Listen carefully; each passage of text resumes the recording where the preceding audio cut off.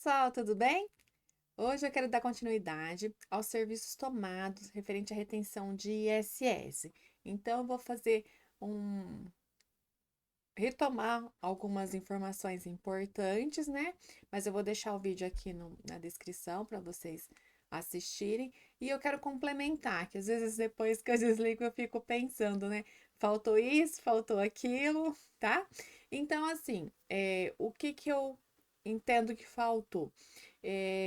Eu estou falando com quem está começando no trabalho fiscal, que ainda não tem muito conhecimento, ou mesmo quem já está na área está aprimorando seus conhecimentos. Então, eu falei sobre a análise do ISS nas notas fiscais de serviços tomados, certo? Então, de acordo com a Lei 116 de 2003, nós temos as atividades que têm retenção. Ok.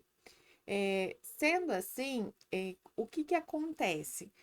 Quando a gente vai escriturar a nota, a gente escritura a nota no nosso sistema, coloca que foi retido o valor do ISS, que depende da alíquota, se é simples ou RPA, tudo bem até aí. O que acontece depois dessa parte é que nós vamos pegar, analisar então onde ocorreu o serviço para gerar uma guia de ISS, que vai ser paga então pelo tomador, que é quem nós estamos analisando hoje. Sendo assim, se o serviço foi prestado no mesmo município que o tomador é estabelecido, ele já tem uma inscrição municipal, ele já tem um cadastro na prefeitura, um login, uma senha, ele vai entrar, escriturar essa nota e gerar a guia.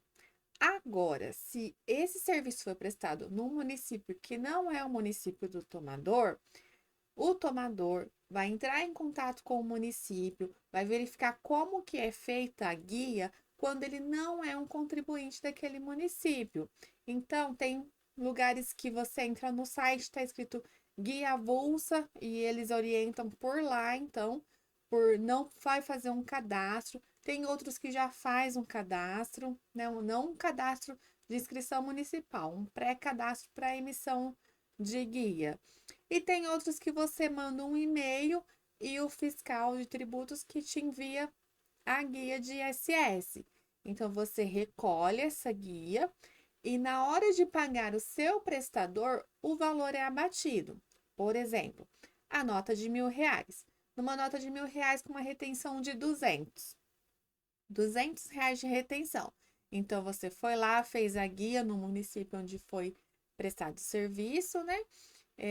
E depois disso, você vai fazer o pagamento para você, no caso, o seu cliente, né? Nós estamos escriturando, então o seu cliente vai fazer o pagamento para o prestador. Ele vai pagar 800, porque ele já pagou 200 de guia de ISS, dando um total de 1.000, que é o total da nota fiscal. O que acontece em alguns municípios é aquela retenção que não é retenção, que o município onde foi prestado o serviço, ele exige que seja recolhido o ISS lá. Mas eu não chamo isso de retenção porque não é o que está na Lei 116. Então, se esse município onde foi prestado o serviço exige esse recolhimento de ISS, tem que haver um acordo. Então, por exemplo, nos mesmos R$ 1.000 de nota fiscal, o tomador vai escriturar a nota nele, a nota dele, né? Vai recolher esse ISS pelo serviço ter sido prestado nesse município que exige, que ainda tem alguns municípios que exigem sim. Então, ele vai fazer o recolhimento, mas não é o imposto retido. Então, o prestador também está pagando ISS para o município dele, por não ser retido. Sendo assim, está sendo pago um ISS para o município do prestador e um ISS para o município do tomador. Então, isso tem que haver um acordo, porque se o tomador, quem nós estamos analisando hoje, vai abater esse valor como se fosse uma retenção, o prestador foi prejudicado. Então, antes da prestação de serviço, há sempre que analisar também essa situação de onde vai ser prestado o serviço, se esse município exige esse ISS, para que entre num acordo. Então, se for pago lá, né, por exigência do município, é recolhido esse ISS e o tomador vai pagar um valor menor para o prestador, ele já tem que estar ciente disso, tem que haver esse acordo entre as partes, tá? Senão, que na verdade, então, vamos continuar na mesma ideia dos R$ 1.000, 200 de ISS. Então, o tomador tá pagando 800, mas esse imposto não é retido, lembrando disso, estamos fazendo essa análise que não é retido, que é só uma exigência do município onde se prestou o serviço. Então, sendo assim, o tomador vai pagar R$ 800 pela nota fiscal, mas deveria ser 1.000. Então, há um desconto, condicional, né? Porque não está em documento fiscal. Então, é se analisado dessa forma. E esse desconto, dependendo da tributação desse prestador, ele vai incidir outros impostos em cima. Então, por isso que precisa ser bem conversado essa questão do serviço onde vai ser prestado, o que que acontece entre os municípios envolvidos, para que não haja prejuízo para ninguém, certo? Então, assim fica acordado que esse vai pagar, que vai descontar, o que não vai descontar, faz o acordo antes, e essa, sim, é a nossa intermediação, né? Falar para o nosso cliente, ó, esse município é dessa forma que exige, é assim que vai ser, para não haver surpresas, certo? Outra questão também que eu falei nesse vídeo anterior, que foi referente à retenção de ISS, é do material aplicado. Eu já havia falado, quando eu falei da Lei 116, que tem alguns códigos, na verdade são dois, né? Que tem essa questão do abatimento do material. Então, assim, como eu disse na aula anterior, quando a gente pega uma nota fiscal de serviços tomados, a gente vai pegar, verificar o código de atividade que foi utilizado e analisar aqui na Lei 116 o que se diz desse código. Então, por exemplo, vamos pegar aqui o 1401. Não sei se está com ponto. Tá. O 1401. Então, eu encontro aqui a descrição dele. Ok. Eu dou mais um buscar e vou verificar se ele me leva para mais alguma informação, ó. Vocês podem perceber que ele não leva. Agora vamos pesquisar o 7.02, que é bem complexo. Ó, então vamos começar do começo aqui. Acho que começa aqui, né? Que é a descrição do que é o código de atividade, né? São as atividades de construção civil. Tem elaboração de projeto, tem acompanhamento, execução. Então, 7.02. Aqui ele foi para o 17, ok, a gente desconsidera.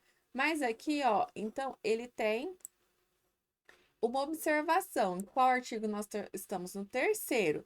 Ele tem uma observação, ok. Não vou nem olhar a observação dele agora. Eu quero ver se temos ele em mais algum lugar.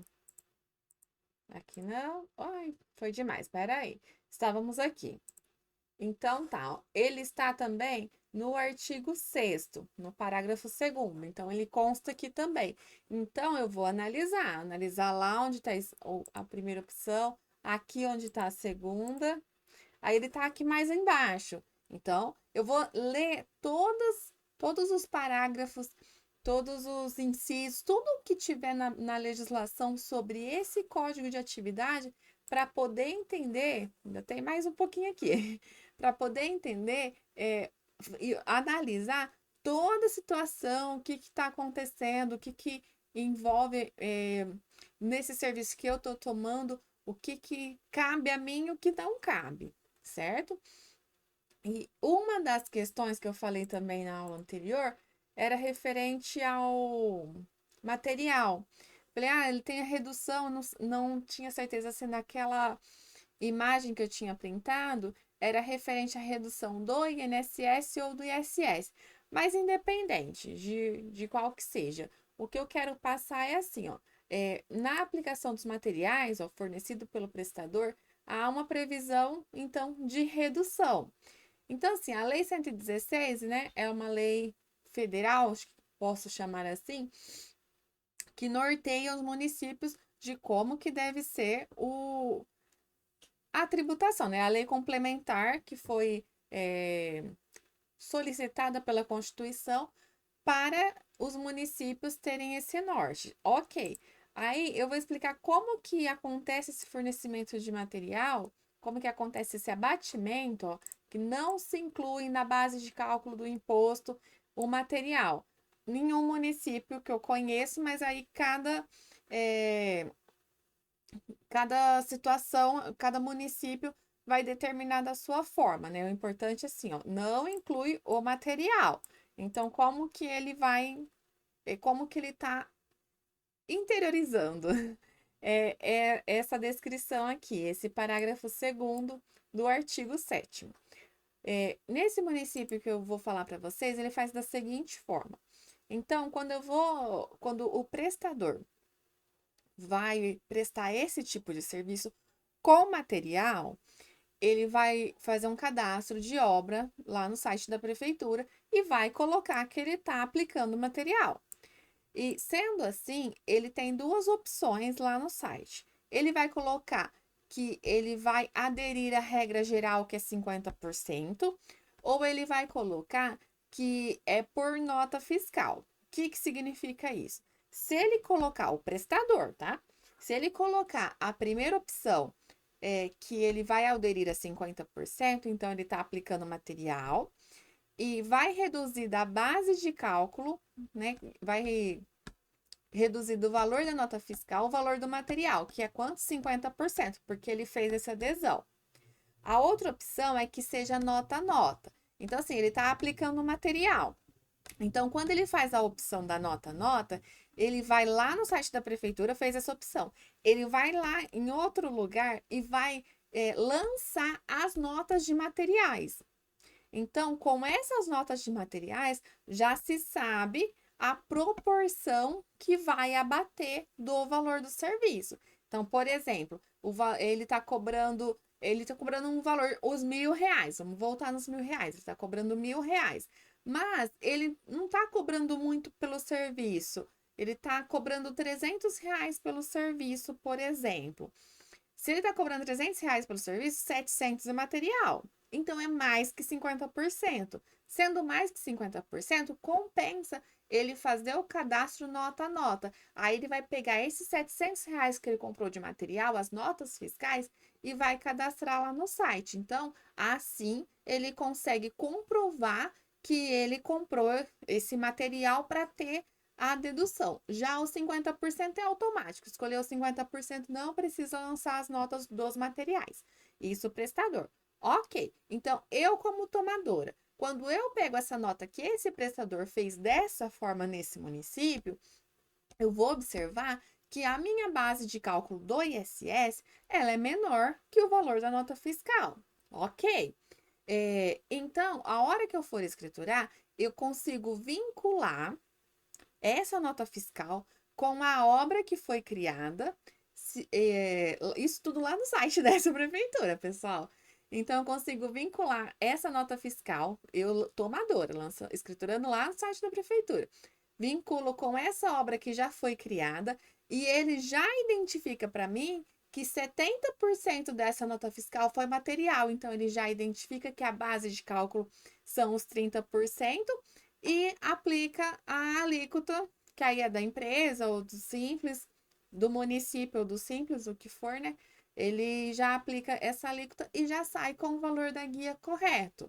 E se o prestador optou pelo 50%, também já consta lá, é a hora que vincula com o código de obra, então já aparece que tem uma redução do valor da nota fiscal de 50%. Então, a minha base de ISS é 50% vezes a alíquota e eu tenho o valor da guia. Então, nesse município que eu conheço dessa forma, é assim que se faz. Coloca nos comentários como que é no seu município. Eu acredito que não seja muito diferente, né? Porque a ideia da Lei 116 é que que não se inclui na base. Então, não se inclui na base, vai reduzir de alguma forma, certo? Então, eram esses dois pontos. Acho que eu vou pegar aqui a imagem para vocês da nota que eu estava falando. essa daqui, ó. Essa daqui tem a dedução. Deduções permitidas por lei. Aí ela é metade. Ó, imposto a reter. Sim.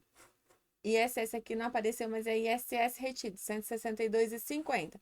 Na alíquota de quanto? 5%, tá?